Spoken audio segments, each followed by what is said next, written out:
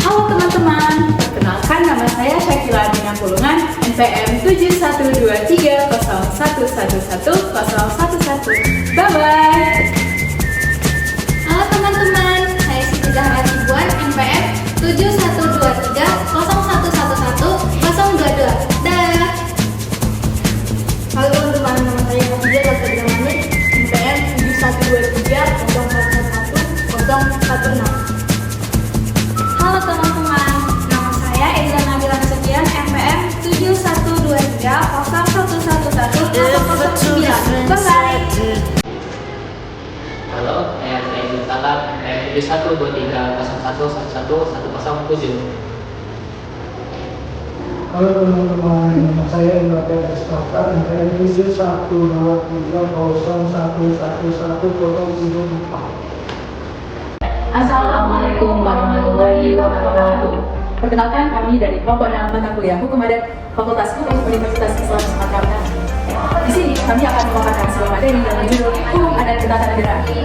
Oke teman-teman, jadi di sini kami akan memaparkan sebuah materi yang berjudul. Nah, di sini kami akan memaparkan sebuah materi yang berjudul.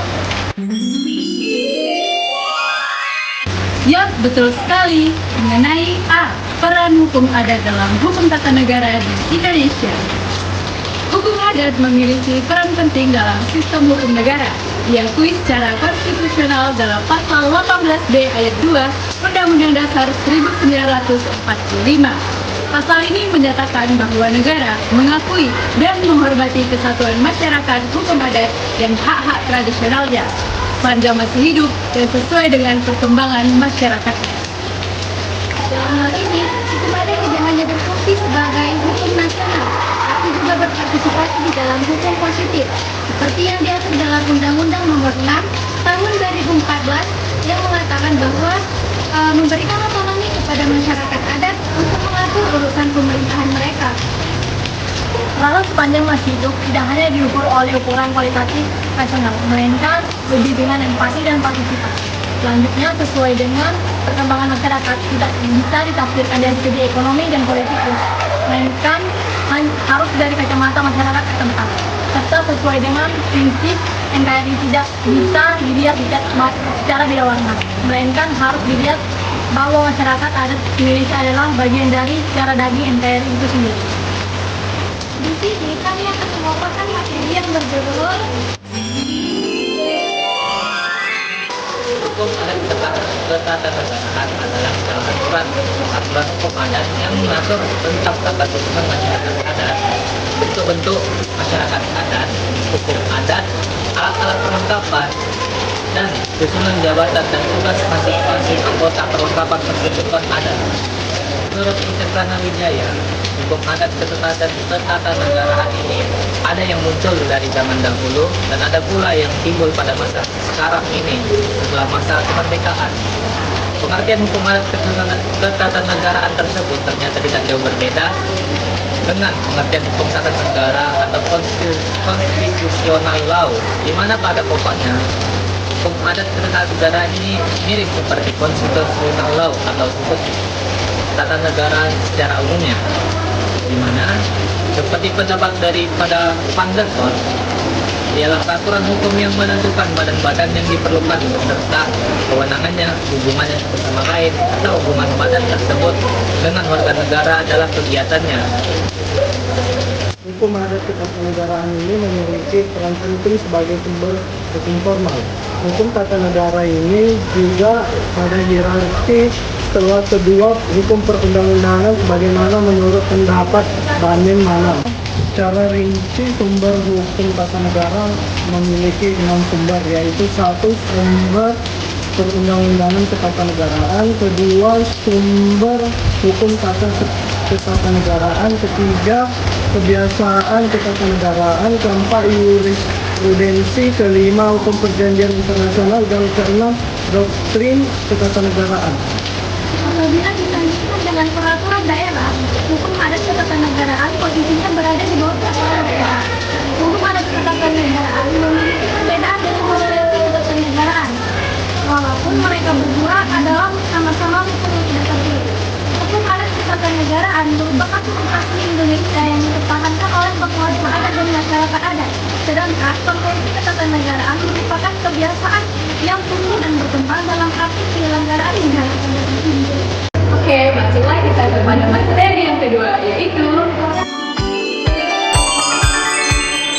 masuklah kita kepada materi yang pertama, yaitu A. Peran pemerintah dalam penguatan implementasi hukum adat dalam ketatanegaraan Indonesia. Pemerintah dalam hal presiden sebagai kepala negara berperan penting dalam penguatan implementasi hukum. Harus mendorong terbentuknya suatu lembaga atau badan khusus, baik yang bersifat tetap ataupun ad hoc yang membidangi keberadaan masyarakat di seluruh wilayah di Indonesia. Sesuai dengan ketentuan aturan perundang-undangan yang sebagaimana diamanatkan dalam Undang-Undang Dasar Negara Republik Indonesia tahun 1945 pasal 18B ayat 2, bahwa negara mengakui dan menghormati kesatuan-kesatuan masyarakat hukum adat sepanjang masih hidup. Implementasi ini mencakup penguatan terhadap lembaga hukum adat, hak masyarakat adat, dan penyesuaian relevansi untuk menghadapi tantangan globalisasi. Selain itu, kolaborasi antara pemerintah dan masyarakat sipil diperlukan untuk memastikan keberlanjutan dan relevansi hukum adat dalam konteks modern. Nah teman-teman, materi selanjutnya yaitu mengenai peran lembaga peradilan. Lembaga peradilan memiliki peran yang sangat penting dalam mendorong penguatan implementasi hukum adat di Indonesia. Karena bagaimanapun ketika terjadi suatu benturan antara hukum adat dan hukum positif, maka lembaga peradilan memiliki kompetensi absolut untuk memutus dan mengadili sengketa tersebut. Putusan-putusan dari lembaga peradilan ini harus sejalan dengan fakta-fakta hukum, memberikan keadilan bersama, dan juga memperkuat kompetensi hukum adat sebagai hukum yang hidup dalam masyarakat, serta memperkuat eksistensi masyarakat adat yang sesuai dengan peraturan konstitusi di Indonesia. Baiklah, di sini saya akan menjelaskan tentang peran lembaga perwakilan.